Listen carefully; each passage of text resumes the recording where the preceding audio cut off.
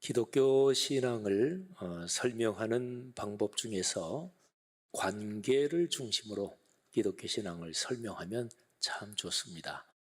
우리 오랜 기독교 전통도 그렇고 또 신학적으로도 기독교 신앙을 관계로 설명하는 게 참 중요하고 또 굉장한 유익이 있습니다. 관계를 중심으로 기독교 신앙을 설명하면 기독교 신앙은 세 가지 관계 속에서 살아가는 것이 기독교 신앙이라고 말할 수 있습니다. 첫 번째는 하나님과의 관계입니다. 두 번째는 다른 사람들과의 관계고요. 그리고 세 번째는 사람 이외의 다른 모든 피조물들, 자연 환경, 또 우리가 살아가는 사회적인 모든 환경들 다 통틀어서 환경과의 관계입니다.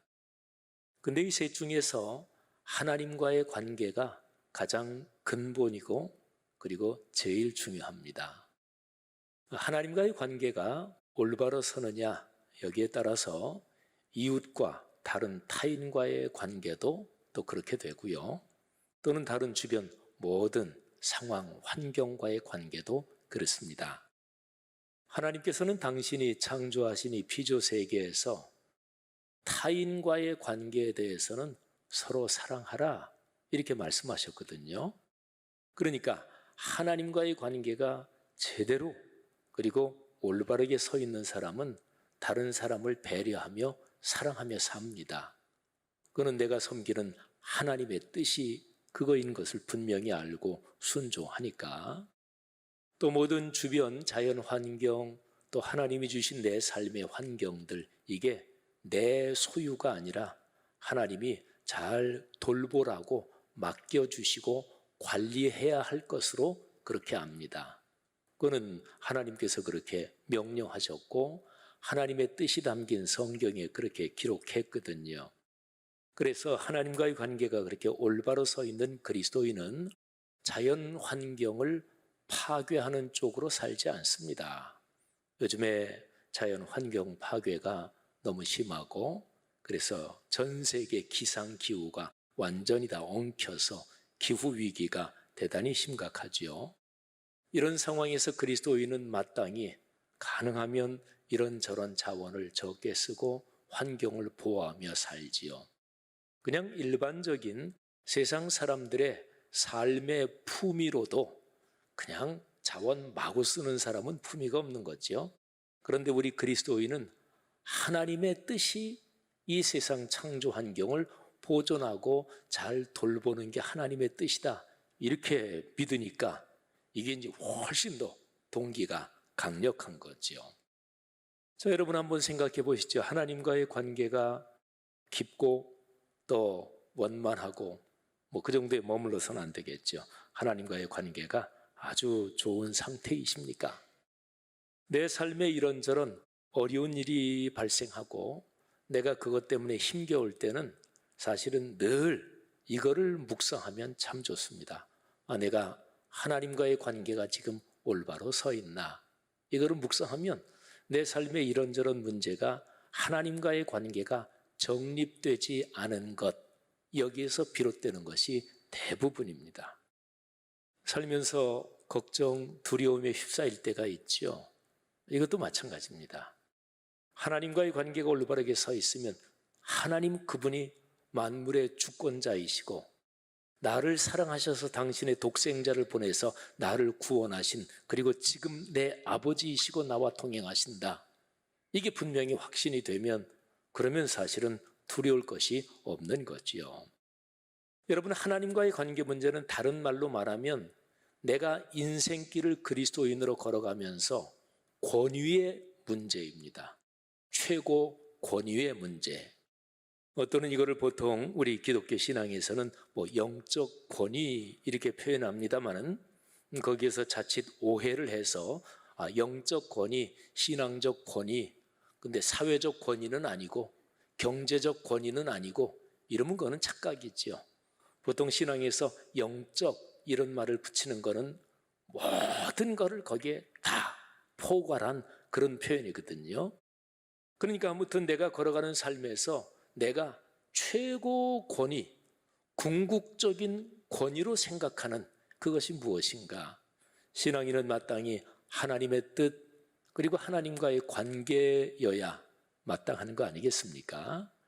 그러니까 이 권위의 문제가 올바르게 서면 그러면 삶이 질서가 잡힙니다. 저는 오늘 설교 제목을 신앙의 공공성이라는 표현을 설교 제목에 넣었습니다. 제가 지금 권위의 문제 이렇게 얘기했는데 마땅히 순종할 권위에 순종하고 마땅히 따라야 할 그 권위를 따라가면 공공성이 바로 잡힙니다. 요즘에 우리 사회 또 전 세계적으로 삶이 많이 뒤숭숭하죠. 그래서 사회적으로 묻지마 범죄 이런 게 더 막 나타나고 그렇습니다. 그러니까 이런 거는 다른 말로 말하면 사회적인 공공성이 많이 약해지는 거예요. 편한 말로 말하면 사회적 질서가 이게 많이 무너지는 거잖아요. 사람 삶이 평안하려면 그 사람이 살고 있는 그 사회 또는 그 동네 여기에 사회적인 질서가 안정적이어야 되고 그리고 사회적 공공성이 잘 자리를 잡혀서 작동을 해야 합니다. 이게 안 되면 이게 사회가 불안한 거잖아요. 어디에 다니기도 괜히 무슨 일이 일어날까 겁나기도 하고 그런 거죠. 여러분, 공공성의 문제는 우리 사회 질서를 생각하면 얼른 머리에 들어오지요. 그런데 이 공공성의 문제는 사실은 기독교 신앙에서도 대단히 중요합니다. 우리가 이제 예배 드릴 때마다 공교회 이런 표현을 쓰잖아요. 사도신경 할 때마다 공교회 이런 표현을 쓰는데 이 공교회라는 말이 바로 그런 거예요. 그러니까 하나님 나라, 하나님 신앙적인 이 공공성을 얘기하는 거예요. 말씀드린 대로 이거는 가장 궁극적인 최고의 권위가 뭐냐? 거기에 따라서 공공성, 공공의 질서가 서는 거지요. 여러분, 오늘 성경 본문은 하나님께서 애굽의 마지막 10번째 재앙을 내리는 그런 장면입니다.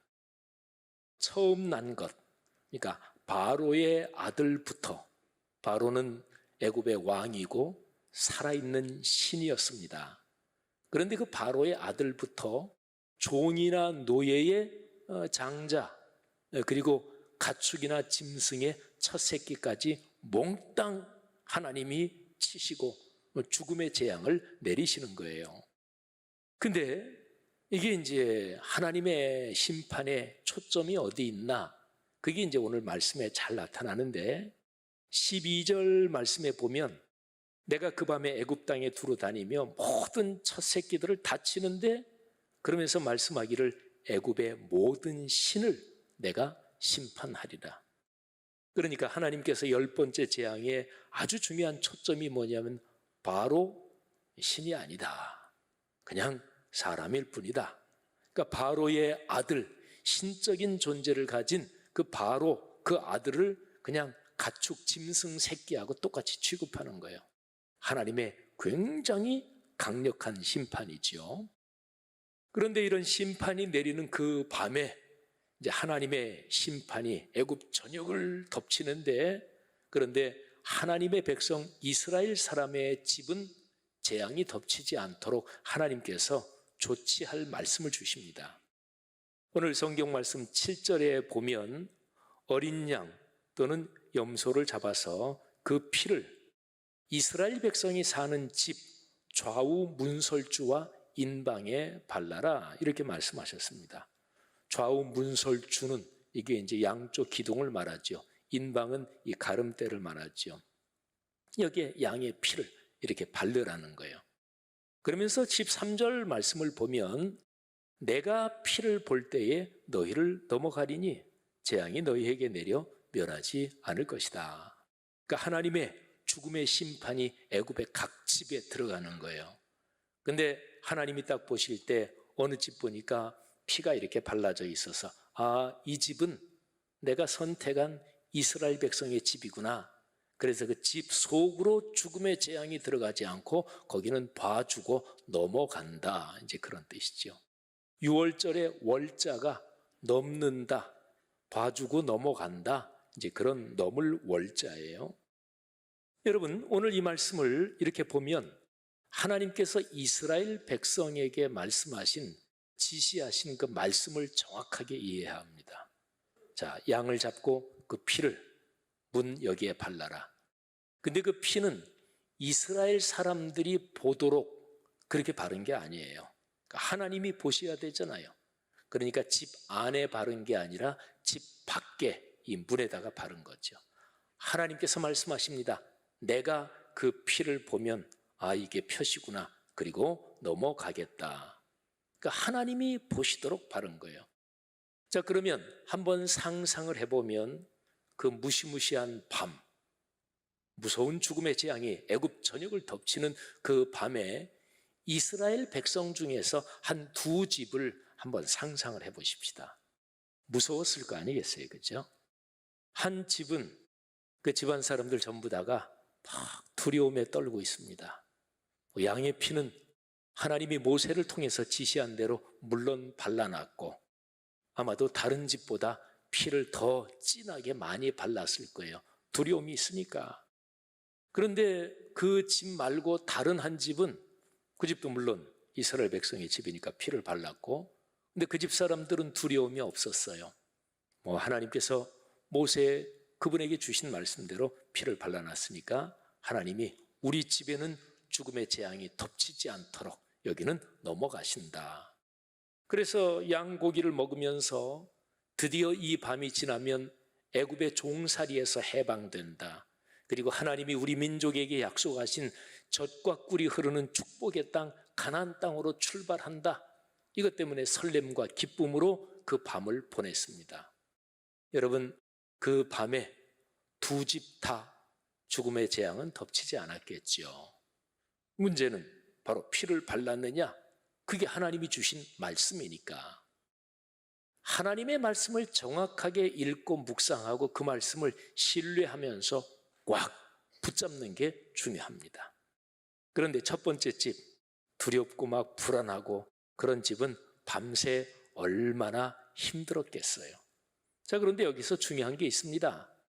오늘 여기 6월절 사건 여기에서 구원을 받느냐 아니면 죽음의 재앙을 당하느냐, 이거는 그 집안에 있는 사람의 감정, 기분에 달린 게 아니다 하는 것이죠. 그 사람들이 얼마나 확신을 가지고 있었느냐, 또는 믿음이 없어서 두려워 떨고 있었느냐, 그러면 너희는 구원받지 못한다, 이게 아니에요. 하나님께서 말씀을 주실 때 양의 피를 내가 보도록 발라놓으면 그 집은 넘어간다. 만일에 하나님께서 말씀을 주시면서 자, 첫째 양의 피를 발라라. 그 다음에 두 번째 두려워하면 안 된다. 두려워하면 죽음의 재앙이 들어간다.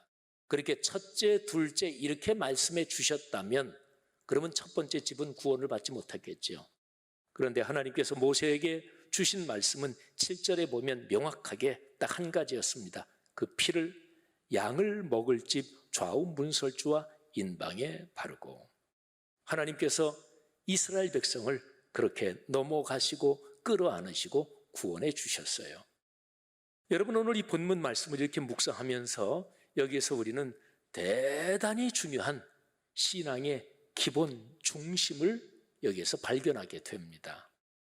아까 제가 말씀드렸지요.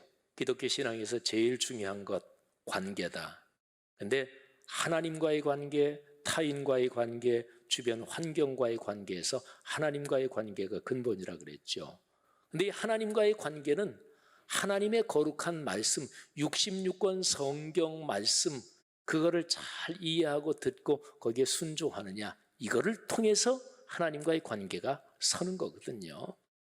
자, 신앙생활에서 내 기분이 이래, 내가 이렇게 지금 느낌이 그래, 거기에 기초를 두면 안 돼요.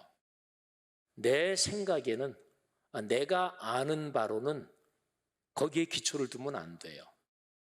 내가 이런 거를 원해, 나는 이런 거 하고 싶어, 거기에 근거를 두면 안 돼요. 제가 두 가지씩을 표현했는데 정교하게 제가 표현한 거예요. 첫 번째, 내가 지금 이렇게 느껴, 내 기분이 이래, 이게 감정이잖아요, 그렇죠? 그 다음에 내 생각, 내가 알기로는 내 지식, 내 지성이죠. 세 번째, 내가 원하는 건 이거야, 나 이거 하고 싶어, 내 의지지요. 사람을 인격적인 존재라고 얘기할 때 그거는 세 요소가 그 안에 들어있는 걸 말합니다. 지성, 감성, 의지 세 개예요. 신앙이 무엇입니까? 내 감정대로 하는 게 신앙일까요? 아니지요. 내 지식, 내 이해력대로 하는 거? 그것도 아닙니다. 의지도 당연히 아니고요. 신앙은 하나님의 뜻이 무엇인지 그거를 알고 하나님의 소원이 무엇이고 그리고 어떨 때 하나님이 기뻐하시는지 하나님의 지성, 감성, 의지, 인격적인 하나님 그분에게 순종하는 것, 그게 신앙이지요. 그러니까 교회 생활은 신앙생활에서 훈련의 마당이에요. 그러니까 이제 좋은 비유는 아니지만 군인들 이런 걸로 비유한다면 여기가 훈련소란 말이에요. 여기서 훈련을 잘 받고 그 다음에 가정에 가서 말씀대로 살면서 복을 받고 또 사회생활하고 인생길을 걸으면서 거기에서 말씀대로 살면서 복을 받는 거죠. 교회 공동체에서 훈련해야 될 제일 중요한 것은 하나님의 뜻이 무엇인가, 여기에 순종하는 것입니다. 예수 그리스도 그분께서 우리처럼 똑같은 인간의 몸을 입고 이 땅에 오셔서 사역을 하시면서 맨 마지막에 십자가 그 사역을 바로 코앞에 놓고 그분이 그게 너무너무 부담되니까 하나님, 제 생각에는 이게 부담스럽습니다. 제가 이것 때문에 너무나 힘듭니다. 그러니까 그분의 이해력 또 그분의 감정으로 너무나 부담되는 거예요. 그러면서 예수 그리스도께서 당신의 의지, 당신이 뭐를 원한다, 이 얘기도 하셔요. 아버지, 만일에 가능하다면 이 십자가를 제가 짐으로써 아버지의 구원을 이루는 것, 이 십자가의 길 말고 다른 방법으로 좀 하시면 안 되겠습니까? 그러니까 예수님은 지성, 감성, 의지로 당신 자신의 상황을 가지고 있었어요. 근데 그걸 하나님 아버지 앞에 그냥 있는 그대로 솔직하게 말씀드렸지요. 그런데 맨 마지막에는 이렇게 결론을 내리십니다. 아버지, 그렇지만 제 뜻대로 말고 아버지의 뜻대로, 아버지의 섭리대로 그렇게 하십시오. 제가 여기에 순종하겠습니다. 교회를 오래 다니면서도 신앙의 성숙이 없는 사람은 왜 그럴까요? 바로 이 권위에 대한 문제에서 이게 생각이 올바로 정리가 안 돼서 그래요. 하나님과의 관계, 거룩한 66권 말씀, 그래서 영적인 권위에 순복하고 그 훈련이 안 돼 있어서 그런 것이지요. 사랑하신 여러분, 신앙에서 공공성이 참 중요합니다. 이 공공성은 하나님의 나라, 예수 그리스도의 복음과 연관이 됩니다. 그러니까 내 느낌, 사람의 판단, 사람의 소원이 아니라 하나님께서 원하시는 하나님의 뜻이 무엇이고 어떨 때 하나님이 기뻐하시고 하나님의 가르침이 무엇인지 거기를 따라가는 것, 이게 바로 신앙의 핵심적인 것이지요. 여러분, 그럴 때 비로소 우리는 하나님께 영광을 돌릴 수 있습니다. 우리가 신앙생활하면서 굉장히 많이 듣는 표현이 있잖아요. 또 우리가 그렇게 쓰기도 하고, 하나님께 영광을 올립니다. 여러분, 살아가시면서 어떨 때 너무너무 기쁘고 막 삶이 찬란하고 이럴 때 있죠. 그게 바로 영광이라는 그 상태예요. 예를 들어서 어느 날 아침에 일어났는데 갑자기 내가 또 눈을 떴구나. 내가 들숨날숨 숨을 쉬는 게 이게 축복이고 기적이지. 그리고 이렇게 보니까 어느 틈에 가을이 진짜 창문 밖에 와 있고 창문을 여니까 가을이 쑥 들어오는 거예요. 감사하다. 내가 오늘 살아가는 게 이게 축복이고 이게 기적이지. 그 사람은 삶의 환희, 삶의 영광을 체험하고 있는 거예요. 자, 그런데 어느 때 그런 느낌, 어느 때 그런 상황을 체험하십니까? 내 속에서 감사가 있고 기쁨이 있을 때예요. 예를 들어서 속에 신경질이 가득하고 또는 막 걱정이 막 뼈를 썩이는 것처럼, 그럴 때 제 아무리 좋은 경치, 제 아무리 좋은 걸 봐도 별로 감동이 없잖아요. 사랑하신 여러분, 하나님과의 관계가 올바로 설 때, 말씀에 대한 관계가 올바로 설 때, 그때 우리의 삶은 하나님의 시선으로 세상을 바라봅니다. 창세기 1장 31절에서 하나님께서 세상을 창조하시고 뭐라고 그러셨어요? 참 보기 좋다. 멋진 세상이다. 성도 여러분들이요, 하나님과의 관계가 여러분의 삶에서 더 깊어지고 아름다워지시기를 주님의 이름으로 축원합니다.